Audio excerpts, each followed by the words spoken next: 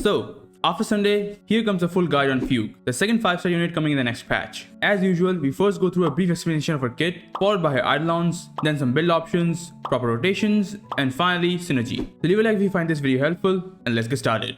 Lootbar.gg is the best top-up platform for games like Honkai Star Rail, Genshin Impact, and even Zenless Zone Zero, with tons of positive reviews and insane discounts for every item compared to the in-game ones. You just go to lootbar.gg, select your preferred game, select the pack you want to purchase, then paste your UID, select your region, and that's it. Click on top up now, and there you have it, within seconds. Lootbar provides fast and easy user experience and a totally secured way to buy currency, as all the topping up is done through official Hoyoverse routing channels. So don't you worry, it's totally safe. Some of your favorite and well-established content creators also use Lootbar. So go and check out lootbar.gg right now. Link is in the description and in the pinned comment down below.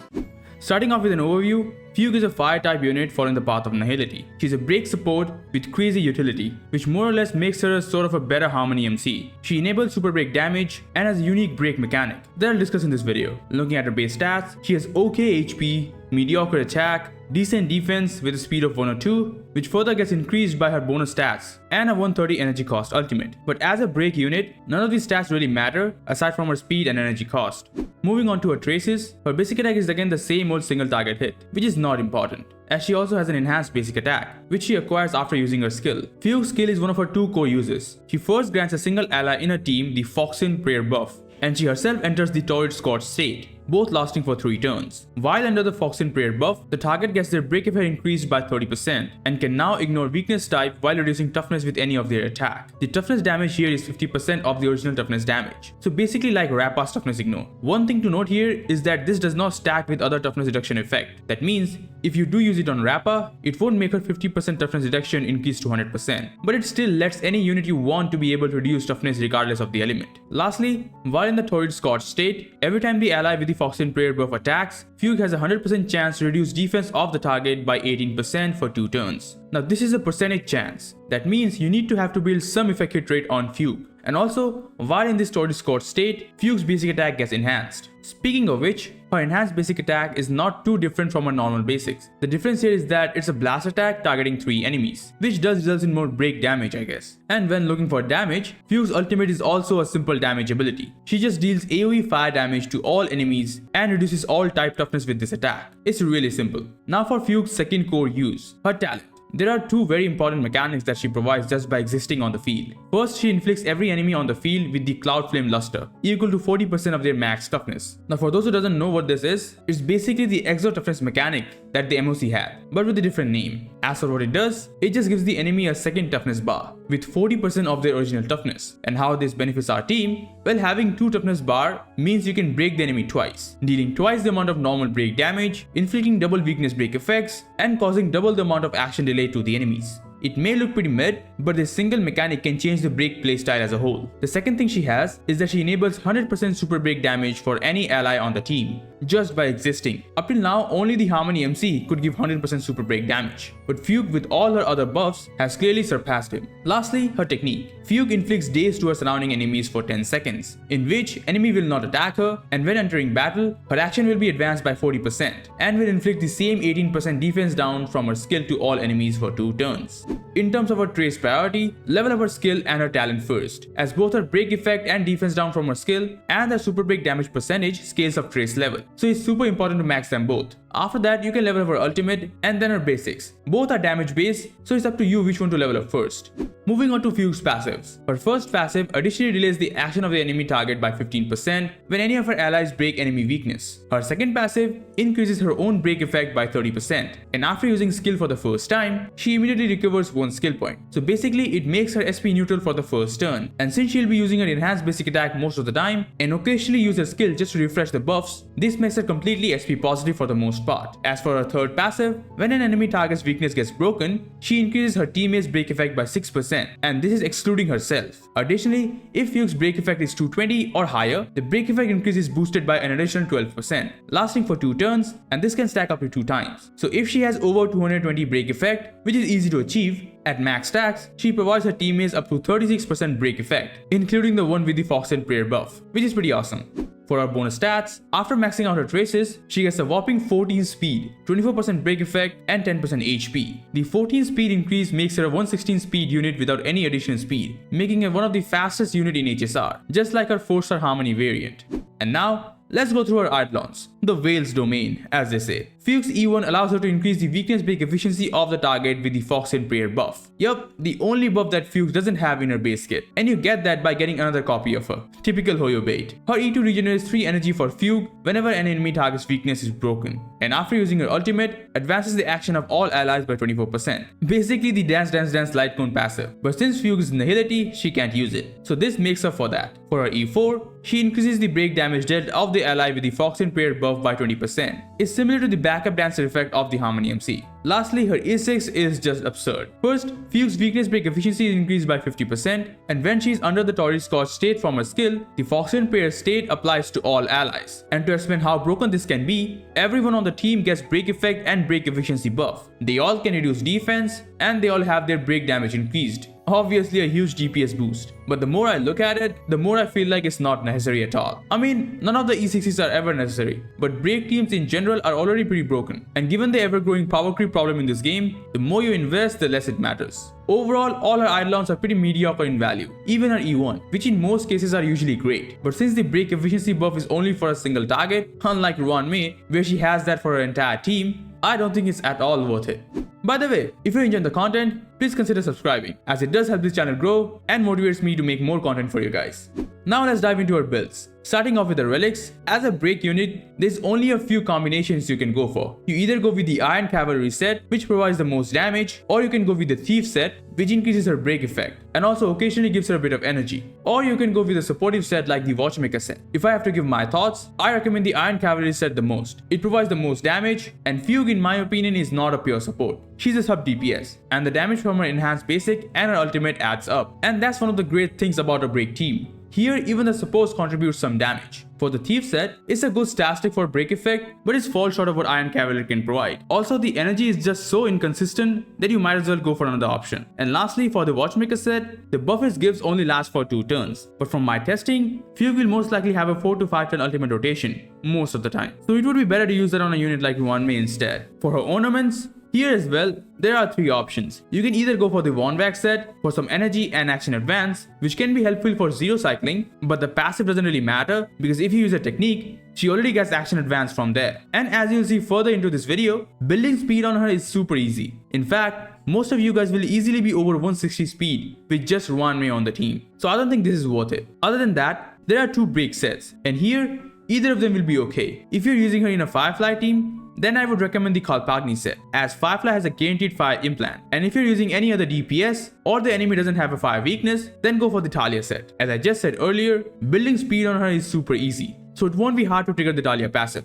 For her stats, as usual, here is a reference build that you can look at. Everything here is calculated with F2B Lightcones and low roll substats, so it should be easy for most players to achieve. For main stats, go for effect hit rate on the body because you'll need it for her skills defense down. Speed on the boots, you can literally use any stat on the sphere as it won't matter either way for break damage. And she doesn't have any kind of attack to break effect conversion, so just use anything with good substats. And finally, use a break effect rope. Remember, she's a sub DPS, so don't go using ERR on her, as you need to have certain amount of break effect to trigger the Iron Cavalry set and a 3rd passive that gives you break effect to all her allies. For what should you look for in her substats, try to get speed first, and then depending on your Lightcone choices, look for effect hit rate or break effect. For a proper stat goal, try to reach 145 speed, which should be easy with her high base speed. At least 68% effect hit rate, as that will guarantee her skills defense down to land on any type of enemy. And about 250% break effect. You'll need this both for the Iron Cavalry set and a 3rd passive. Now this may look a lot, but it's not that difficult. Here's a chart showing how you can reach it. Here you can see, if you add in buffs like Ruan Mei and the Watchmaker set, even without a single substat, you can easily reach 250% break effect with a free-to-play Herta Store Lightcone.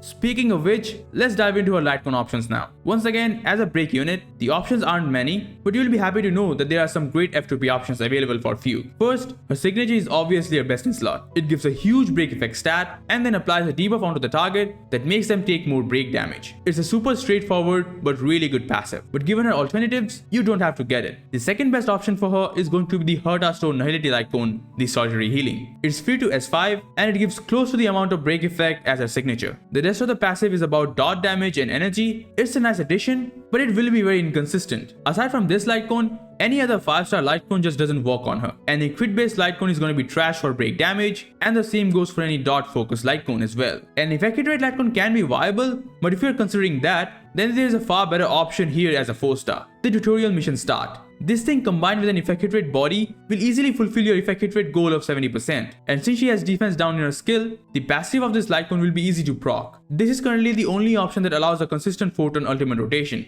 Aside from this, if you're not using an ERR rope, it's mostly gonna be a 5-turn rotation even with a signature. And even with an ERR rope, it won't guarantee a 4-turn rotation always. And you lose out on 64% break effect. So don't go using an ERR rope on her. Any other 4-star Lightcone is only gonna be worse than this. Like if you're thinking of using Fermata, please don't. As a break effect static, the Hertasol Lightcone will provide way more break effect than Fermata. So TLDR, you can go for her signature, or you can choose between either the Hertasol Lightcone or the Tutorial Mission Start. The only thing to keep in mind here is that if you choose the Hertasol Lightcone or her signature, you have to look for effect hit rate substats on your relics to reach at least 70% so that she can consistently apply her defense down onto the enemies. And if you choose the Tutorial Mission Start Lightcone, then your effect hit rate goal will be fulfilled, but you will lose out on break effect, and you have to make up for that in her substats. Do note, you need to reach 250% break effect to trigger her relic and her passives. As for the question of should you go for her E1 or her signature, I would personally say neither, but if you want to invest a bit more onto her, then I recommend her signature Lightcone. If her E1 was a buff for her whole team, then I'd recommend her, but as a single target buff, I don't think it's worth it. Now let's take a quick look at her rotations. Well, there is basically two ways this is gonna go, and it's gonna depend on what type of Lightcone you are using. Here are two charts showing both variants. For both, I've used a skill basic rotation, as that is the most optimal way to play her. Her skills buff lasts for 3 turns, so it's better this way, and it makes her SP positive, which is great for all you E05 fly users. Anyways, looking at the charts, the first one is showing a somewhat consistent 5-turn rotation with her signature, which will also apply to any other break effect based Lightcone like the Hertasol one. And the second one is the only consistent 4-turn rotation with the Tutorial Mission Start Lightcone. You can choose either of these based on your builds. Keep in mind, even though the Tutorial Mission Stars gives 1 turn less ultimate, it can be a bit harder to build around it, as you have to look for at least 50% break effect from relic substats, which isn't much for most players, but there's always some of you guys that complain in the comments that it's hard for them to reach these stat goals. Buddy, it's a gacha game, where your everyday job is to grind for relics so that one day you can have an awesome build for your favorite unit. It doesn't happen overnight, unless you're unrealistically lucky or whatever. And finally, it's time to talk about our synergies. And this is going to be one of the shortest synergy section amongst all my guides. Because if you're not a super new player, you should already know what type of team she wants. Break teams are really easy to understand, so it won't take long. For damage dealers, currently we have 3, Boothill, Firefly and Rappa. And she works well with every one of them. Firefly and Fugue combo is gonna be great, because both of them benefits from each other. Firefly gets a huge damage boost from the extra toughness, and the extra defense down helps her get closer to the 100% defense signal. On the other side, Fugue benefits from the 5 weakness implant. Both have great synergy with each other. Next we have Boothill. Aside from all the break effect and defense down stuff, he benefits from the all type toughness reduction buff that Fugue provides through her skill. Boothill doesn't have a consistent way to deal with different element weaknesses. He has a physical weakness implant, but that is only through his ultimate, which can be a bit inconsistent. That's why Fugue's skill comes in real handy for him. Lastly, we have Rappa. Now once again, aside from all the break effect and defense down buffs that Fugue provides, Rappa seems to abuse the Cloud Flame Luster mechanics, which can also be called extra toughness. She does it by going for a pure sustainless comp, and is the most practical with Rappa. As we all know, Rappa is imaginary, and imaginary break delays the enemy action based on the wearer's break effect. So if you double break them using Cloud Flame Luster, causing double the delay, and adding the extra delay from Fugue's passive and the extra delay from Ruanmei's ultimate, man,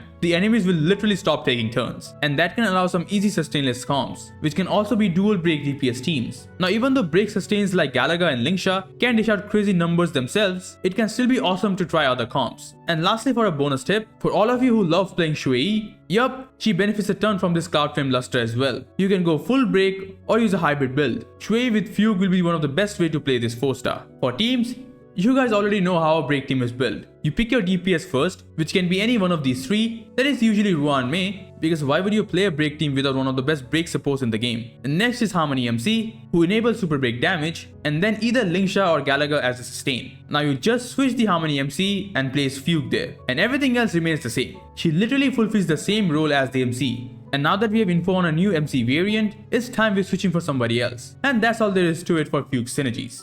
Overall, you can say Fugue is just a better Harmony MC, but she is still unique, as she's the only one to have the Cloud Flame Luster mechanics in her kit, and this can be a game changer in the future against more aggressive enemies. I personally think if you like playing break teams, then you should consider picking her up, but break team isn't the only way to play HSR. And if you don't like that playstyle, then I guess she won't provide any value to your account.